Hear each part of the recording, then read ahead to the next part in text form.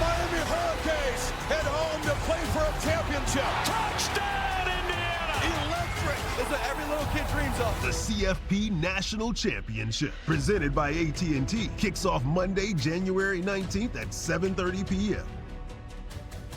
I'm counting down the hours. Let's welcome in Chris Fowler to help us break down Monday's national championship game on ESPN. Of course, he'll be on the call for that. Chris, hello. Hello, team. If you could just What's going on? in perspective for us, because obviously you've colored college football season long. How unlikely was this Miami-Indiana title game? Extremely. It's not a sport where you see two unlikely teams collide for a championship, right? It's been pretty predictable over the years, even before the playoff era. I've been around a long time, and usually one of the teams, at least, if not both, you said, of course they're going to be there, whether it's in Alabama, Georgia, Ohio State, going back even farther, the Florida States. Yeah, this year, no. I mean, Indiana was 100-1 preseason, even coming off last year's good season. Miami was 25-1 preseason, but they were 100-1. The Hurricanes were on Selection Sunday, and even longer odds than that before they won the last couple of games down the stretch and looked good. So they were a long shot after playing themselves onto the bubble. So I don't think either side is predictable. Miami to win 3 playoff games, and they've never been in one before. I think they're, in a way, a long shot. And now you see Indiana. I don't know if you can be a Cinderella crushing people 15-0 and be an 8.5-point favorite. That label doesn't fit them. But if you look back preseason, not likely to be here. Chris, I'm not asking you to decide or decipher which storyline is better. That's for us to do. But I'd like to know your thoughts anyway. When we talk about Indiana, we think about a team, okay, an extension of the Big Ten's dominance. Michigan won it 2 years ago. Ohio State won it last year. And now Indiana, the #1 team in the nation, is on the verge of pulling this off. And we've raved about Signetti and Mendoza and what they brought to the table, etc. When I think about Miami, I think about college football. When I think about the Indiana Hoosiers, I think about the Big Ten. I'm wondering as the elite broadcaster that you are, chronicling the sport, watching it, covering it, doing what you've been doing all of these years, these storylines, how does it hit you personally when you're talking about Indiana compared to Miami and what all of this could mean to the college football landscape? Yeah, I mean, Indiana made brilliant use of the modern tools to get here. That's kind of turnaround was impossible before the Portland NIL. It would have seemed impossible even 3-4 years ago, right? But Signetti is a master at that. He brought a bunch of older dudes. I mean, Indiana's doing it a different way than other teams because those players are in years 4, 5, and 6 in some cases. Beck, by the way, in his 7th year of college football on the other side. But they're using the formula that is now available to these teams. And if you're not using that formula, you really can't succeed. So Indiana has done it. I still think it's incredible what he's done, even though we're talking about the portal NIL era. You have to be a great evaluator of talent. You got to develop players brilliantly. And they had a couple breaks along the way, but what they've done is still, to me, astounding. I heard you say earlier it would be another Big Ten team to win it, to make it 3 in a row. Yeah, but the Hoosiers are not Ohio State and Michigan. That's the distinction I would make, which is why I think this would be, one of the great stories in the history of team sports if they win it. Gotcha. Yeah, Chris, what's going on? Hey, I would like to ask it in a more telescopic way with this particular question. With the success of a Miami team who had a lot of controversy of being the team that got selected outside of a team like Notre Dame, do you see the college football world kind of bending or altering, giving opportunities to the smaller teams, given that Miami is now in the national championship when people did not expect a team of this magnitude to be here? Yeah, it seems kind of silly to think back and all the talk about Miami didn't belong. I mean, clearly they were a very talented team. Right. They lost in overtime to SMU, and that people act like that was a fatal flaw for them. They're this good, and they belong there. I think the tweak to the system is, you get 11 playoff games in the current format, and I don't mind the 12-team format. And I think inclusivity is important in society, in this sport. But of the 11 playoff games, 2 involved Tulane and a James Madison, and those two are kind of walkovers. And I think people look at that and go, it would have been nice to have Notre Dame or Texas or another team from a power conference in there, which are clearly among the 12 best teams. So that's a frustrating aspect to this. I don't think you should say there's no path to this playoff bracket for the smaller conferences, but honestly, you're going to have good teams left out, like a Notre Dame, like a Texas, every single year going forward. This is the new normal. You know, you're going to have teams that have a couple losses that are capable of winning it, like Miami is.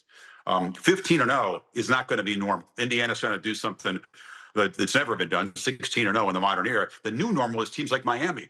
They're on the bubble. They might get left out, but they're good enough to win it if they get in.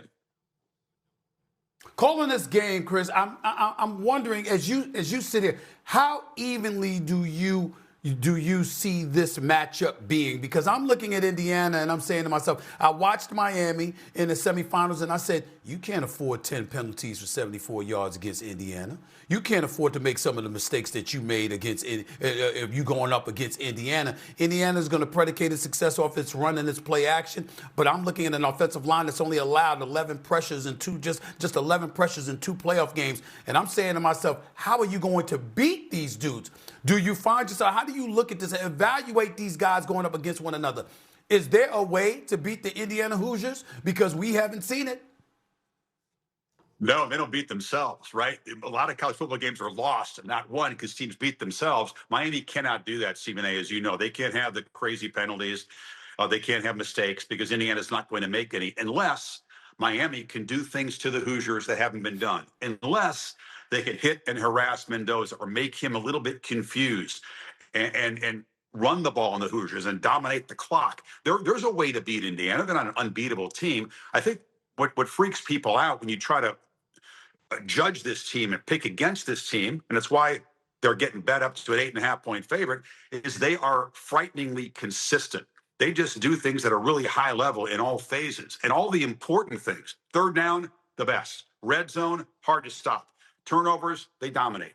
They don't commit penalties. I mean, now that doesn't mean that that's automatically a continue to a championship game, because we've seen championship games in every sport, including football, even at the Super Bowl level, where dudes get a little static on the brain, the pressure of the moment, the fact that the trophy's in the building.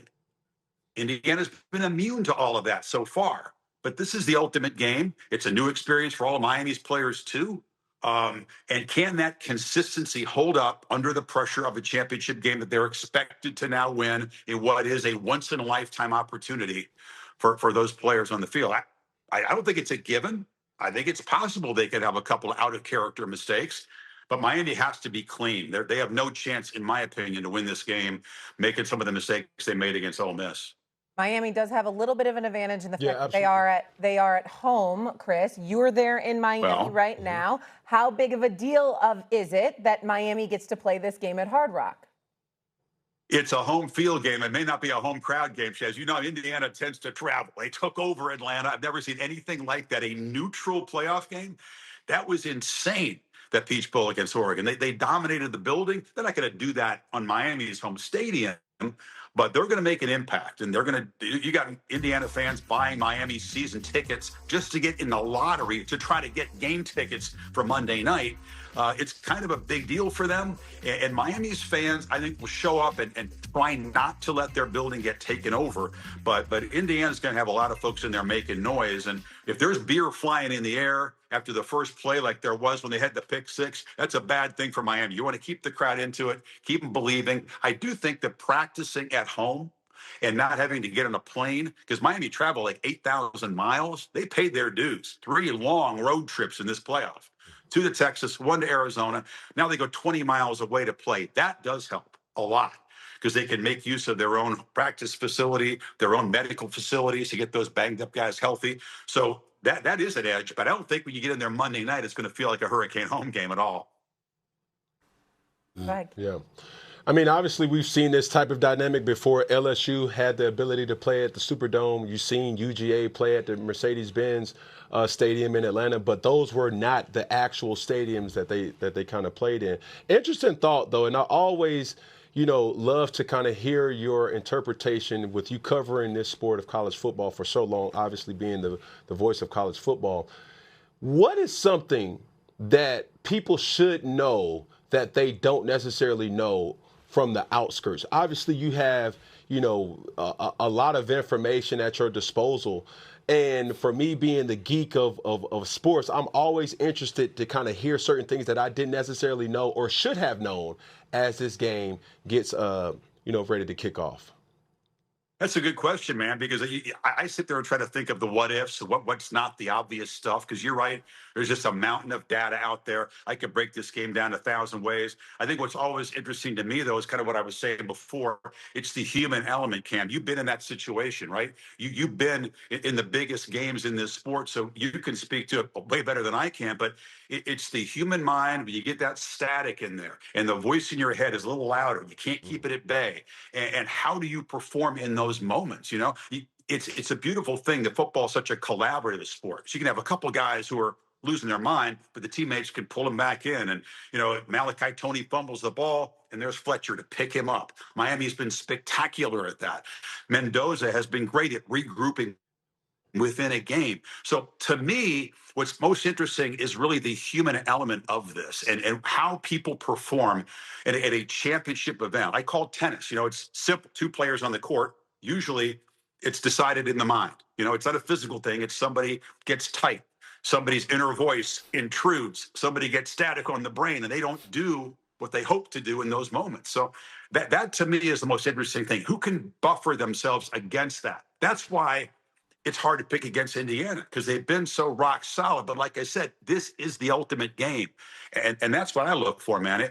We've seen in the Super Bowl, Peyton Manning get confused on the first play. The ball snapped it to safety, and they never recover against the Seahawks in that game. And stuff like that can happen in these championship games. There's been plenty of surprises and curveballs over the year. Chris, one quick last question. Average age on Indiana, if I remember correctly, is like 23. So the developmental process, it's an advantage for them. Arguably, Miami's best player, Malachi Tony, was he 18, 19 years old? When you bring that up, how much should we pay attention to that, particularly in a game of this magnitude? A lot, in my opinion. The focus has been on how is the roster built with the 4 stars and 5 stars. Yeah, of course, Indiana is not going to win that department, but experience, 24, 25 years old, some of these guys, they played at 3 schools. They played 6 years of college football. That's pretty priceless, I think, in moments like this. And that's why they've been more consistent than other teams. I think it's a huge factor. I don't know that I love it going forward every year. Bunch of dudes are in their mid-20s. Neither do I. It's certainly different. Yeah. But I think it's enormously important. We've seen it in basketball a little bit, where there's the experienced teams that have the 4th and 5th year players do well. And now we've seen it in college football. It's a huge part of Michigan, huge part of Ohio State winning championships the last couple of years. And it's a huge part of Indiana's run here. All right, Chris, we appreciate the insight. Thank you. We will see you down in Miami on Monday.